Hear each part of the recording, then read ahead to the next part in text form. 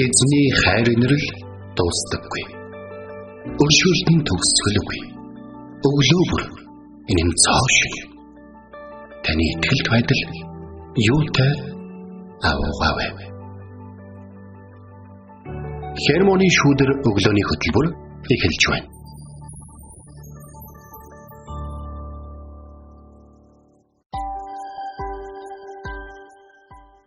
Өглөөний мэнд.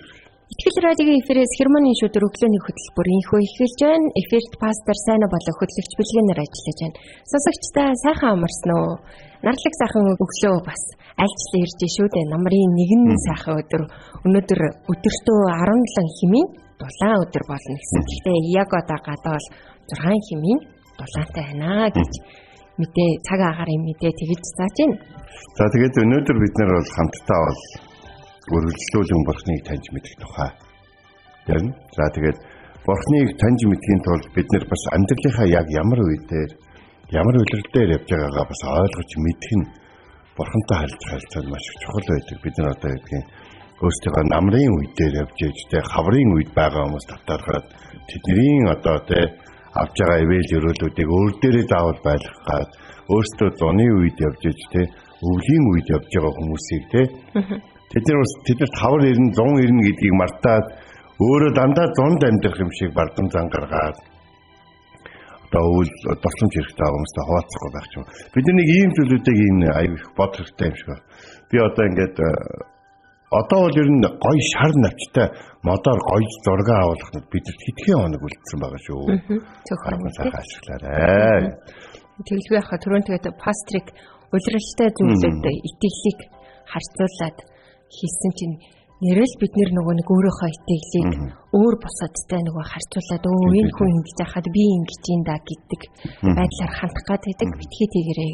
Хүн болгоны Бурхантай харилцаа өөр түүгээр дамжуулаад эзэн таны дотор ажилласаар байгаа, өөрчлөлсөөр байгаа гэдгийг л мартаж болохгүй. Тэгээд өчигдөр бид нэр залбирал дотроо Бурхныг сонсгоно гэдэг сэдвээр өчигдөр суралцсан шүү дээ. Тэгээд хондынхон дууг хонь одоо нөгөө хонд дууг нь таньдгаа гэдэг талаар ярьсан шүү дээ. Тэгээ хонцныхоо дууг хонд нь яг таньдаг юм а гэдэгтэй адилхан бид мөн итгэгч бид Бурхан эзнийхээ дуу хоолойг таньж мэддэг юм а.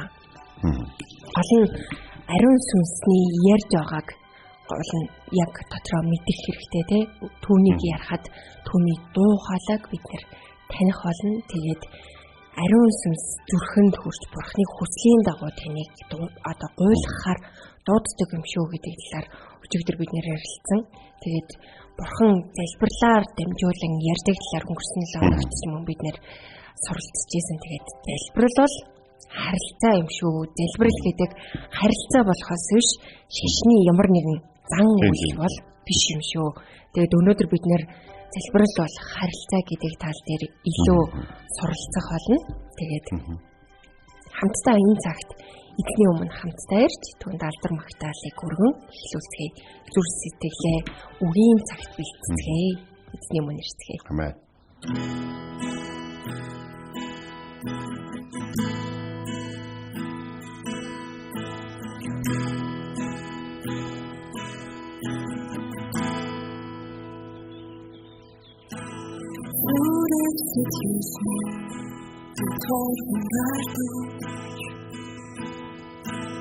Todos sanami harang hiragurhi Namera bursa ismiyo undiyochi Hembahari ugerbi durte Mini tufatani bosu yutamende Nadru pansa tani kuzudro yuta saha Tada yesnesci kimringo dos chavo Tani namai khartaha You touch through the street With the heat 파도자 등이 묻니다 다니야로 멋있고요 이제 저속히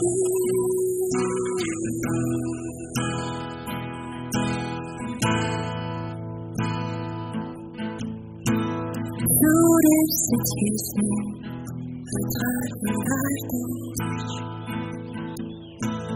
Todo saname haram hirarduyo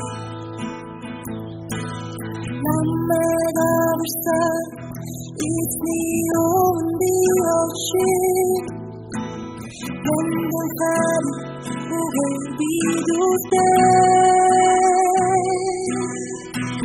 Mini tiffatali botso yutanandın Pedro cansa ani tudo luta sevan da vez neste tingrimos dos chavos caminhando casa you touch the street you touch was tocha tingrimos me da verdade caminhando as ruas Jesus was the free da vez neste tingrimos dos chavos caminhando casa You touch the street, you stay here, fast to try. Can remove me double dash, can you wash me off? He touch the street.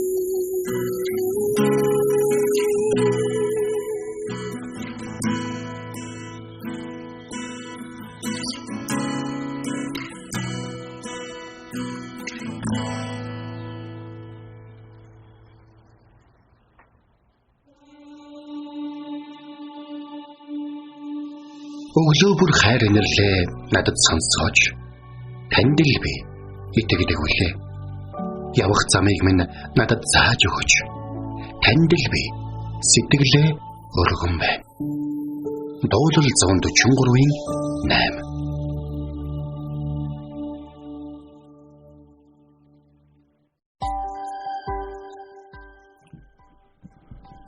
За өнөөдөр бид хамтдаа Иремая номын 33-ын 3-р ишлэлээр одоо суралцаж бас түүнээс эзний дуу хоолойг сонсох гэж байна. Намайг дууд. Би чамд хариулж чиний мэдгүй аваа хүчтүүлсийг чамд ярина хэмээн. За тэгэхээр энэ үгийг яг хэлж явах үед бол яг Иремаягийн хувьд бол ямар байсан бэ гэхээр Иремаяг тухайн үеийн хаан харуулын хашаанд бол хорцсон байсан байна. За яагаад хорцсон байсан бэ гэхээр тухайн үед бол Израиль улс бол одоо Бабилоны хаант улсын одоо эзэнт гүрний төрөмгийлэл доор байсан байхгүй. Тэгээд ерөнхийдөө бол яг юу болсон бэ гэхээр Израильчууд бол Бурхны олон жилийн туршид одоо өөрийн иш үзүүлэгчтэй дамжуулан өөрсдөд нөхсөн шалгажуулалт, сануулга одоо энэ өөрчлөлт болон шинжилэлтэй эзэн лөө эргэх хууль дүрмийг баримтлах, ард түмнээ хайрлах, бурхан эзнээ одоо хүндэтгэх, мөргөх, хүндэтгэл мөрөглийг сэргээх, хуурамч шүтэн, шашин одоо гаж буруу үдирдлийн эсрэг тэмцэх, эдгээр гэх мэт маш олон зүйлүүдийг хийхэ болчихсон байсан. Тэгээд тэд нар яасан бэ гэхээр бурхны ивэл хайр инрэл доор байх үедээ барьсан хүчрхэг хотууд. Бурхан өрөөж тэднэртэй уулзуулж тэдний харилцаа тогтоосон тэр одоо юу гэдгийг янз бүрийн эргэн тойрны уулзалт, дипломат харилцаа янз бүрийн бас бурхан тэднийг хүчрхэгжүүлэх үед тэднээс айж имэж те бурхан тэд өөрсдөө сайнтай биш.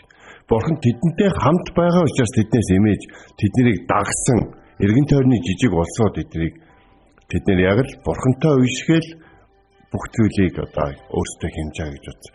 Та амьдралынхаа талаар юу гэж боддог вэ? Би олж авсан юм. Миний үрэх зарах те миний асуудал. Би хүсвэл олж авч чадна гэж боддог те. Та тэгээд яг үүндээ хүссэн зүйлээ хэрэг олж авч чадсан бэ? Тэ ер нь бол надад цаг бага. За тэгвэл та яг цаг давчиж үзсэн үү? Та юмд ингээд тулж те. Тэгэхэд яг ингээд та хүмүүсийг мэддэг, хүмүүсийг өөртөө хамтаага надтай хамтаага олоолаа гэж бодсон. Та ганцаарч үтсэн үү? Танд хинч туслахгүй гар сонгохгүй тийм үедээ та толгорч үтсэн. Бурхан яагаад харуулын хашаанд өөрийнх нь иш үзүүлэгчийг хорчоод тагаад тэр иш үзүүлэгчтэй хандаж хэлж байгаа үг нь намайг доод.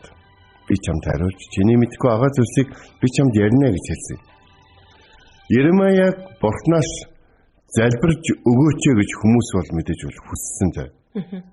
Гэхдээ хүмүүс юу гэж хүссэн мэхээр энэ Вавилончуудын дайныг зогсоогоод өгөөч. Биднэрт ялалтыг өгөөч. Биднийг битгий эзлэгдүүлээч. Бидний хотыг битгий нураалгаач. Бидний хаан титэм одоо эрх мэдлийг битгий үгүй болгооч. Бидний нэргэн тойронд байгаа хүмүүс биднэрт татвар өгдөг хിവэрэ баймаар байна. Энэ хүмүүс биднэрт тусалдаг хിവэрэ баймаар байна. Энэ одоо баяр цэнгэл одоо энэ зүйлүүдээ бид нар үргэлжлүүлмээр байна. Бид нар энэ бүхнийг авч үлдмээр, энэ бүхнийг авч үлдэхэд Бурхан үнэхээр бидний Бурхан юм бол бид туслах хэрэгтэй байна гэж. Гэтэл Бурхан бол харин Иремаятай юу гэж ярьж байсан мэхээр энэ хот ер нь баригдсан өдрөөсөө эхлээл миний уур хилэн хөдлөгдөг байсан гэж. Энэ хот ингээд ерөнхийдөө би энэ хотод ингээд Израилийн хаадуудыг ингээд уламжлуулан одоо тэднээс залгамжлуулж өөрийнхөө ард түмнийг харж хандуулах гэсэн. Би өөрөө ард түмнийхээ хаан байж эдгээр өөрсдөө бусад улсуудтай барьцаж хаантай болохыг хүсэхэд эдгээр зөвшөөрсөн. Эднийг хангалттай удирдах явжсэн ч эдгээр тэр тансаглал болон бусад улсуудад байдаг тэр хаан тэр сүр хүч гэж ойлгодог тэр эрх мэдэлтэй тэр боолчлол, дарлал, баян тансаг гэж бодогддог бие биенээсээ гайхуулах энэ зүйлүүдийг өөрсөдөө байлгахыг хүссэн учраас хаантай болсон, хаан засагтай болсон тэрнээс хойш Иерусалим хот Бурхан байгаа учраас амар амгалан байдаг хот байгаа болсон. Энэ хот угаасаа баригдсанаас хойш л миний уурыг их хүргээд байгаа гэж Бурхан бол зарцтай бол хэлсэн байна. Бурхан ард түмний авардаг уу? Аварна. Бурхан хотыг заавал аврах албагүй. Бурхан ард түмний аварна гэдэг чинь хотыг аврах орохгүй гэж. Харин ард түмний аврах юм бол угаасаа хот аврагдана гэж. Тэгэхээр бид нар энэ дарааллыг маш сайн ойлгож авах хэрэгтэй. Бурхан таныг сонирхож гинөө эсвэл таны шийдвэрлэмээр байгаа асуудлыг сонирхож гинөө гэдгийг та өөрөө бодож үзэх хэрэгтэй. Залбирал гэдэг бол Бурханаар хийлгэх юм зүйлсээ тоочулдаг тийм газар шүү. Бас цаг хугацаач биш. Та ингээд жагсаалтаа байж чад Бурханд ингээд хамаг юм ярьдаг тийм цаг хугацаа биш. Харин хоёр талын харилцаа байна. Есүсийн нэг сургаал зөвлөлөөр хэлж байгаа одоо фарисей албан татвар багч хоёр те. Фарисей хүн очоод залбирлын сэдвэр үү, талархлын сэдвэр ярьсан уу гэх юм бол талархлын сэдвэр аяг ярьсан байна. Бурхан минь ээ би одоо ийм та тэгээ намайг ийм болгосон учраас танд баярлалаа. Үгүй үнэхээр танд маш их баярлах юм аа. Би тэрмүү татвар барагчийн янхан ийм годомжаар яваа хүмүүстэй адилхан болоогүй дээ Бурхан. Таньтай үнэхээр баярлах юм аа гэд нэг ийм талархаад байгаа гэхдээ бардамнаад байгаа байдал түүнд бол илэрхий байсан. Гэтэл нэг татвар барагч хүн орж ирээд бүр урагшаага явахтай ирэхээ ч идэлгүйгээр те өөрийгөө бүр ингээд харин ч бүр сүмийн хаалгаар дөнгөж орж ирээд чамаагүй зогсоод Бурханд залбирах боломжтой байгаадаа талархаж яг бүр тэр мэдрэмжийн дотроо ойлаа цээжэд хэлдээд гэмт намайг уучлаач гэж. Тэгээд мэдээж гэмт намайг уучлаач гэсэн учраас уучлуулсан. Харин фарисей хүн авсан бүх ивэлүүд дотроо одоо гэмших юм надад юу байгаа юм бэ гэж бодсон доо тэр их алдаж байгаа гэж. Сайнэр ингээд харах юм бол яг тэр фарисей хүн бол яг тэр Иерусалимд амьдарч байсан хүмүүсийн тэр сэтгэлгээг үл яг харуулж байна. Бурхан бидний бурхан мөн юм бол одоо манай хот эзлэгдэхгүй. Бурхан бидний хот мөн юм бол босод хотуудад тохиолдсон зүйл манай хотод л болохгүй. Гэтэл тэр хотод нь амьдарч байхдаа Бурхан тэр зэрэг талархаж тэр зэрэг зөв байсан бэ. Тэр хотыг хүмүүс хурж ирээд амар амгалан эдэлдэг эзэн Бурхантай мөрөгдөг, хүндэтгэл мөрөглөө өргөдөг яг тийм хот байлгаж чадсан уу юу? Тэр хот одоо хүмүүсээс дээрлэж, дээрэмдэж хүмүүсийг айлгаж авсан татваруудаар баяжиж хөлжөөд харин тэр хотоос тусламжийн гар сунгалтын сайхан сэтгэлийн Бурханы амар амгалан сүнсний сэргэлтийн уур амьсгал Иерусалимаар бэлхаад уулт гүрэн даяар бэлхэн дүүрч байсан уу гэж. Тэгээ тэр ивэл ерөөл нь бүр холын гүрэн сонсогдоод Шивагийн хатан хаан хурж ирээ те. Энэ арт түмэн чинь ямар гоё ивэлтэй юм бэ? Энэ арт түмэн чинь бурхантай ямар гоё юм бэ гэж. Тэгж хэлэх хэмжээнд одоо бурхны ивэл ерөөлийн дуу хоолой цөөрэ хүмүүс сонсогдож ирсэн үү эсвэл те. Яа Иерусалимын хаадууд хизээ мөхөх болж байгаа. Тэд нэр хитрхи удаан одоо баян тансаг байдлаас бурхан тэднийг хамгаалж байгаа гэсэн бардам байдал дотор амьдарч байна. Нэг л өдөр бурхан нь ч хүртэл эдний тал байхад хэцүү өдөр ирэх болно. Тэгээд ирж байгаа. Тиймээс тэр уучлагдсан татвар хаагчийн зүрх сэтгэл биднэрт өргөлж байх ёстой. Гэртээ орохдоо би гэртээ байгаа нь ямар сайн хэрэг вэ? Тэ? Готлаа тайлаад орон дээрээ одоо хэвтэгтэй. Би унтах ортой байгаа нь ямар сайн хэрэг вэ? Хүүхдүүд чи юм эсвэл хин нэг нь чамд хоол хийж өгөх үед те. Би гэр орондоо идэх хоолтой. Би хоолны төлөө дахин үргэлжлүүлэн гэрээсээ буцаж гарахгүй байгаад бурханд ямар их талархаж байна. Бас гэрт чи байгаа үр хүүхдүүд болон ээж аав нарын харахтаа надад гэр бүл байгаа ямар гайхалтай өрөөлөө гэж. Танд одоо байгаа таны ингээд те талгалгүй андж байгаа зүйлүүд бусад хүмүүс мөрөөдөж байхгүй байгаа гэдэг нь бид нар бодож байгаа шүү дээ. Иерусалим хот яг тийм байдалтай. Иерусалим хот бурхны дүнчиг хүртэл хөөе хотыгаа талаар сайн сайхан юм хэлэхгүй бол сайн сайхан юм залбирахгүй бол чи зүгээр болж үтгээд хорцсон байгаа байхгүй. Дуу хоолой. Гэтэл Иремая мэдээж хоттой хайртай л байгаа, ард түмэнтэй хайртай л байгаа шүү дээ. Бурхан минь ээ. Яах вэ? Иерусалим бүслэгтэн хаантаа очиж бууж өг гэж хэл. Иерусалимын цэргүүд Израилийн хаадууд одоо тэр Бабилоны хаадыг дийлэхгүй бууж өг гэж хэл. Бууж өгөх нь авралын зам гэж хэл. Өөрийгөө хүлээн зөвшөөрч гимшил дотроо үннээ хэлэх нь авралын зам гэж хэл. Бурхан минь ээ, би танд итгэж байна. Таавал агуу хүч чадлаа өрчлөөсөн зүг бүтээсэн дараараа та энэ хотыг аврна гэж тунхагаас өмнө бурхан минь ээ, энэ хот танд хүндэтгэл мөргөл өргөлгүй утсан. Уучлаарай. Энэ хотод танд залбирхын орн энэ хотын баян тансаг байдлыг харах гэж танд хүндэтгэл мөргөл өргөх гэж биш. Харин баян тансаг байдлыг нь харах гэж ирдэг. Тэгээд удсан Израильчууд биднийг уучлж өгөр. Та энэ хотыг дахин сэргээ гэж. Хүмүүсийн бахархдаг гой сайхан бүхнийг тэр Бабилончууд нүгж явуулаад энэ хотод зөвхөн таныг л байхад бид амар амгалангийн хоттой бурхныхаа хайр үйлийг хүртэн амьдмаар байна. Та энэ дотороо өөрийнхөө ард түмнийг авраач.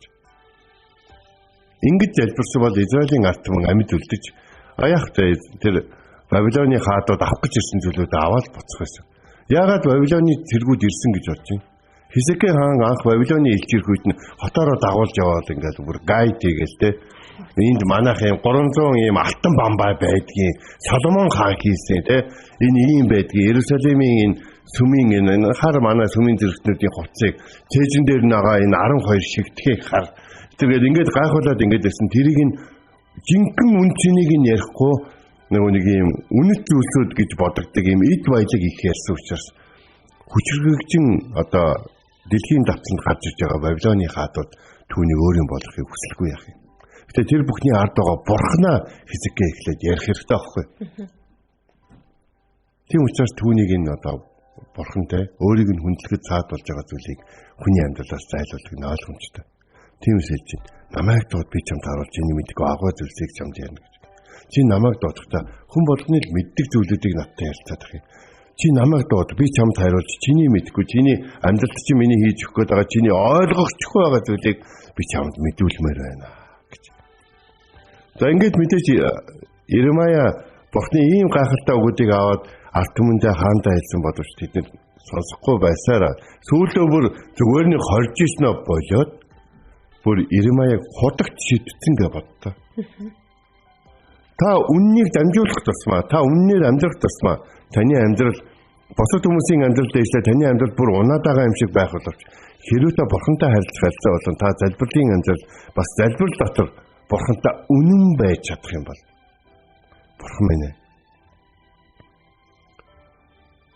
миний дотор атаархал байгаад би энэс агцмаар бурхан минь ээ миний дотор хорсол байгаад би энэс агцмаар Бурхан миний дотор надад нэг онц байх шаардлагатай биш боловч надад байхгүй байгаад нь би хүмүүст оронцлогддог шиг санагдаад байгаа учраас үндэ надад тийм ч хэрэгтэй боловч би хэрэггүй юм шунлын юм атаархлын зүйлүүд тантай аяг их ярьдаг юм байна. Та яг юу юм бэ? Тэрийг чинь би танаас аммаар байна. Тэгэхээр Израильчүүдийн агуу хүчит зүйлс нь юу байсан бэ гэхээр хэдийгээр Иерусалим хот ялагдаад ард түмэн нь бүгдөө онцлогдоод Вавилон руу явсан боловч Бурхан өөрийнхөө ард түмэнтэй хамт Вавилон руу явсан гэдэг. Ямар гайхалтай хайрын Бурхан бэ? Та нар бол миний ард түмэн, та нар бол үндэстнүүдийн дунд миний эзэмшил байх болно гэж амласан амлалтанда тэгж хүрсэн. Сүнсээр залбирахын тулд эрен хайх хэрэгтэй. Ариун сүнсийг хамт байхыг дэрэгдээ Бурхныг үргэлж хамт байхыг бас Бурхантай хамт байхад бэрхшээлтэй байгаа өөрийнхөө зүйлүүдийг хүлээн зөвшөөрөх, үгүйсгэх гэх мэт зүйлүүдийг та заавал байх хэрэгтэй. Та ийхүү залбирах юм бол таны амьдралд бол Бурхан оршоод зогсохгүй, таны амьдрал жинхнээрээ таны амьдрал болох болно гэж. Та Бурхантай улам ойртож түүний хүсэлтэд бас нэгдэж эхэлнэ. Та Бурхны үнэнд өөрийнхөө хүслийг нийцүүлэхээ болж эхэлнэ. Таныг залбирх үед Бурхан надад хариулж байна гэдгийг та мэддэг болно. Есүс Бурхныг ойр байгаа дээр дууд гэж биднийг хэлсэн. Бурхан танд өнөөдөр шиг хэзээ ч ойртож ирэхгүй. Өнөөдрийг ашигла. Өнөөдөр Бурхныг дууд. Та юу гэж ярихыг нь сонсоод Бурхан залбирлаар дамжуулан хэлэх байтугай өргөжлүүлэн бодох шаардлагагүй олон хүслүүдээ өнөөдөр хай. Тэр Бурхан танд хэлж танаар хийлгэхийг хүсэж байгаа болон таны амьдралд саад болж байгаа зүйлүүдийг бас тантай ярилцахыг хүсэх юм бол та түүнтэй ярилц. Тантай Бурханаас өөр хинч таны төлөө ингэж гүнгүнзгий ярьчихгүй. Тэр бол таны төлөө юу хийсэн учраас ингэж гүнгүнзгий ярьж байгаа гэхээр тэр цорын ганц хайртай үгэ таны төлөө өгсөн та. Тийм л үнцэнтэй нэгний учраас таны залбирал түүний хэлэх үг маш чухал харилцаа байх ёстой юм шүү. Та өнөөдөр үнийг ашиглаарай. Та өөрөө бэлэн байгаарай. Амен. Эзэн танд маш чухал үгийг сануулсан гэдэгт итгэлтэй байна. Тэр бидний юу бодож, юу сэтгэж байгаа, юу хийж байгаа гэж бүгдийг мэдчихэдэг. Түүний нүднээс талд юу ч байдаггүй. Тэгээд эзний өмнө хамтдаа энэ цагт ирцгээе.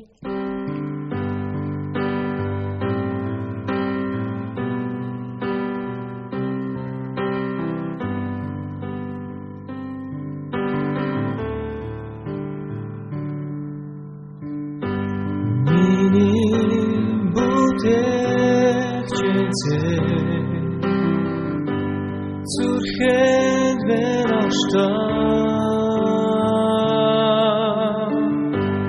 Амен түүний гарт байсан Дэлхийн сүрээс чумоо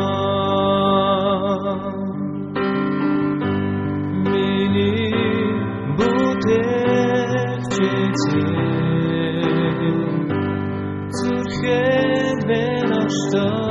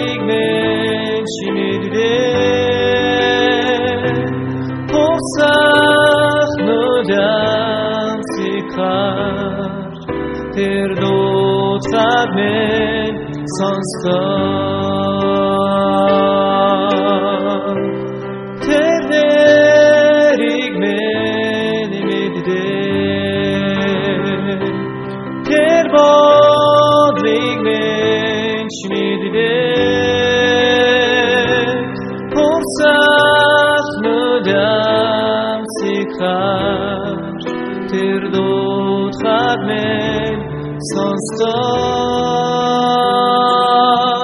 тэр дуудахад минь сонстоо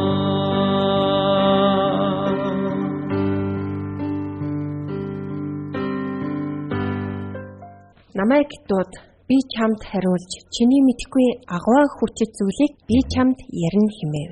Ирмаа номын 33-ийн 3 дугаар ишлэлээс өнөөдөр бид нэр суралцлаа. Залбирал бол өөрийнхөө төлөө хийх гэсэн зүйлсээ бурханд тоочдог нэг талын харилцаа биш ээ. Харин хоёр талын харилцаа нөхөрлөл юм. Залбирлаар дамжуулан та бурханд тохирч өөрчлөгдөх хэрэгтэй болохоос биш бурхан танд тохирч өөрчлөгдөхгүй юм аа. Та бурханд хандан ярихад тэр тантай ярьдаг. Залбиралд бас сонсох мөч гэж байдаг. Тиймээс ч өнөөдрийн ишлэлд хэлснээр бурхан хэлж байна. Намайг дууд. Би чамд хариулж чиний мэдхгүй агуу хүчит зүйлийг би чамд ярина хэмээн хэлж байна гэдгийг та санаарай. Тэгээд энэ цагт хамтдаа эзний өмнө нэрсгэе. Эзнийг та дуудаж залбирч байна уу? Та өмнөөр ирж үннээ өчн хэлж ярьж чадаж байна уу? Эзний өмнө нэрсгэе. Хамтдаа залбирая. Орчлон зөв бүтээсэн эзэм танд баярлалаа. Миний амьдралыг бүтээж, амьдралд маань олон зүйлүүдийг хийж өгч, эхлүүлж, өөрөө дугсгэж бас дахин төлөвлөж байдаг учраас танд баярлалаа. Харин таны хүсээгүй, таны байлгахыг хүсээгүй олон зүйлүүд миний амьдралд байгаа бол яг энэ цаг мөчид юунаас эхэлж тэднийг амьдралаасаа үгүй болгож тэмцэхтэй та ойлгуулж өгөөч гэж гуйж байна. Атаархал, шунал эсвэл одоо барьцах байдлаар амьдралдаа олон зүйлийг байлгахыг хүсэхгүй байна.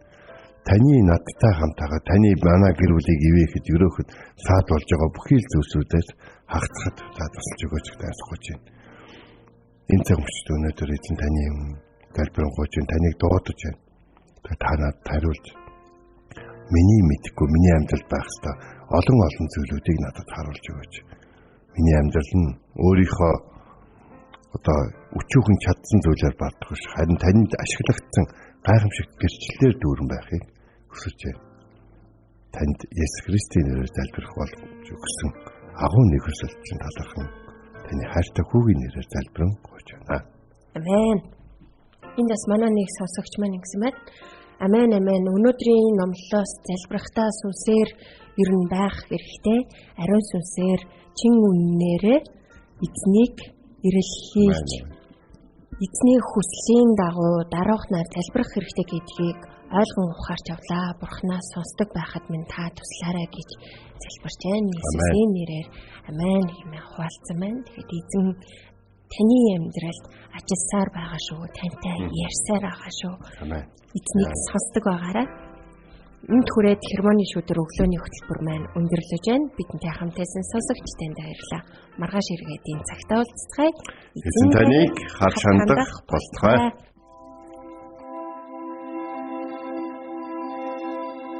Эзэн зүрхийг чинь Бурхны хайр ба Христийн төвчөрт чиглүүлэх болтугай. Хермоны шүдэр өглөөний хөтөлбөр танд хүрлээ.